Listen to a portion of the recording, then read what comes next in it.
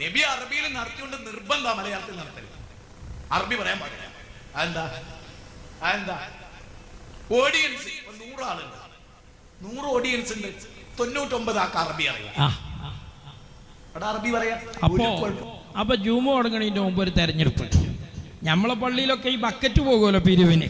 വഹാബി പള്ളിയിൽ ഒരു ബാലറ്റ് പെട്ടി പോകുക. എന്നിട്ട് ബംഗാളികൾ എത്ര, അതുപോലെ ഉറുദു ആൾ എത്ര, ആസാമ്യാൾ എത്ര, ഇങ്ങനെ നോക്കിയിട്ട് എന്ത് ചെയ്യാണ്, ഒരു എലക്ഷൻ നടത്തുക. എന്നിട്ട് ഖത്തീബ് മിമ്പർ വെക്കുന്നതിന് മുമ്പ് ഈ ലിസ്റ്റൊക്കെ ഒന്ന് എടുത്തു നോക്കിയിട്ട് 99 മലയാളികളാണെങ്കിൽ അന്ന് മലയാളം, അല്ല 99 ബംഗാളികളാണെങ്കിൽ അന്ന് ബംഗാളിയിൽ.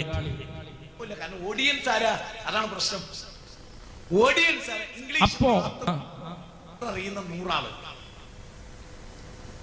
ഇംഗ്ലീഷ് അറിയുന്ന 100 ആള് ഇംഗ്ലീഷിൽ നടത്തിയാൽ മതി. അപ്പൊ ചെങ്ങായി പകുതി ബംഗാളികളും പകുതി മലയാളികളും ആണെങ്കിൽ ഈ ഖതീബ് എന്തിത്ത കാട്ടുക? ഒന്നാലോ ഇതൊക്കെ കേൾക്കുമ്പോ ഒരു ശരാശരി തലച്ചോറ്റിൽ വല്ല ഓളം ഉണ്ടെങ്കിൽ ഈ കേൾക്കണ മൊയന്താൾ ഇതൊന്നും ആലോചിക്കണ്ടേ?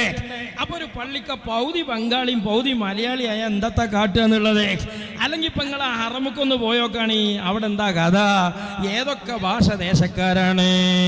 അപ്പൊ അവിടുത്തെ ഖതീബ് എന്താ കാട്ടേണ്ടത്? മുസ്ലിമീങ്ങളെ, ഈ ഉമ്മത്തിനൊരു ഭാഷയുണ്ട്, അത് അറബിയാണ്.